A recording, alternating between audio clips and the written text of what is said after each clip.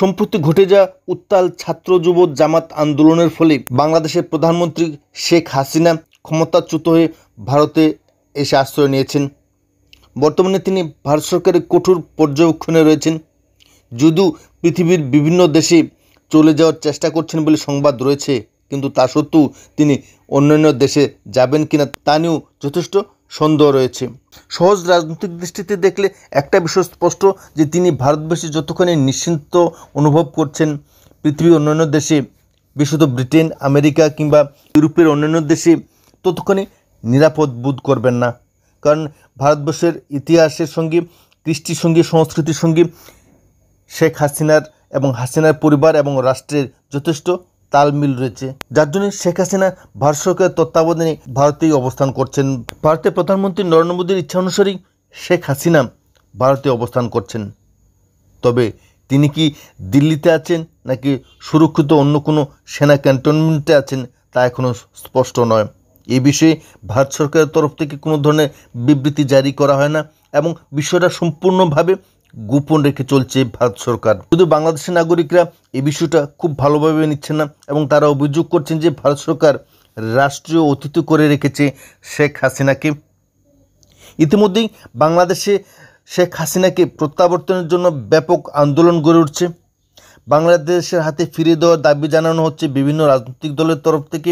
বাংলাদেশের অন্যতম প্রধান রাজনৈতিক শক্তি বিএনপির তরফে ইতিমধ্যেই ভারত সরকারের কাছে এবং বাংলাদেশ সরকারের কাছে দাবি জানানো হয়েছে যাতে বাংলাদেশে প্রত্যাবর্তন করা হয়। বাংলাদেশের তত্ত্বাবধায়ক সরকারও এ বিষয়ে কূটনৈতিক প্রচেষ্টা চালাচ্ছেন। ইতিমধ্যে বাংলাদেশে প্রায় অর্ধশতাধিক মামলা দায়ের করা হয়েছে প্রধানমন্ত্রী শেখ হাসিনার বিরুদ্ধে।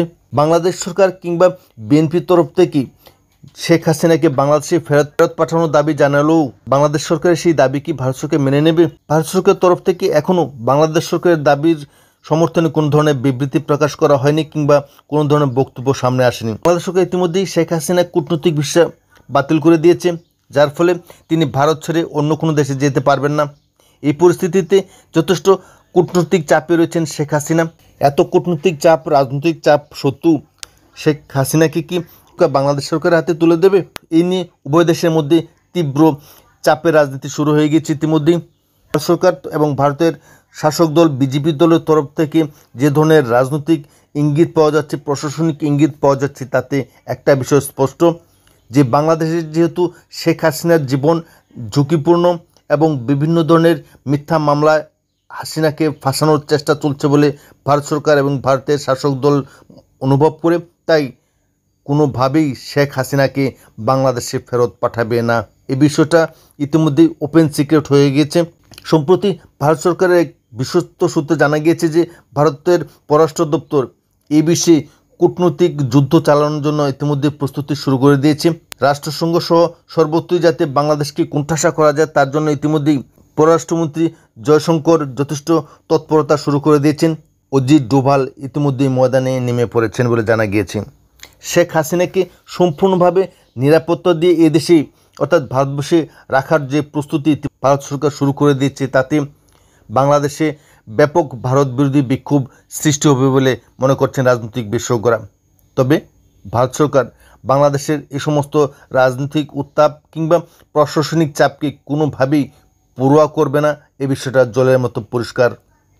কারণ এই মুহূর্তে সমগ্র বিশ্বে ভারতের কূটনীতির সামনে মার্কিন যুক্তরাষ্ট্র, ব্রিটেন সহ সমস্ত দেশ আজ পঙ্গু হয়ে আছে। ভারতের কূটনৈতিক প্রভাব, অর্থনৈতিক প্রভাবের কাছে বিশ্বের কোনো শক্তি আজ দাঁড়াতে পারছে না। অন্যতম শক্তি ভারত কোনোভাবেই বাংলাদেশের এই চাপের কাছে নতি স্বীকার করে প্রধানমন্ত্রী শেখ হাসিনাকে বাংলাদেশের হাতে কোনোভাবেই হস্তান্তর করবে না।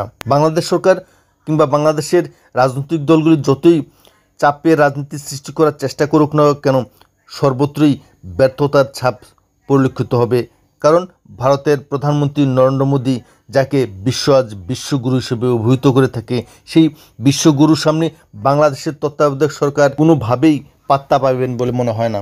তাই ভারত সরকার কোনোভাবেই শেখ হাসিনাকে বাংলাদেশে প্রত্যাবর্তন করবে না।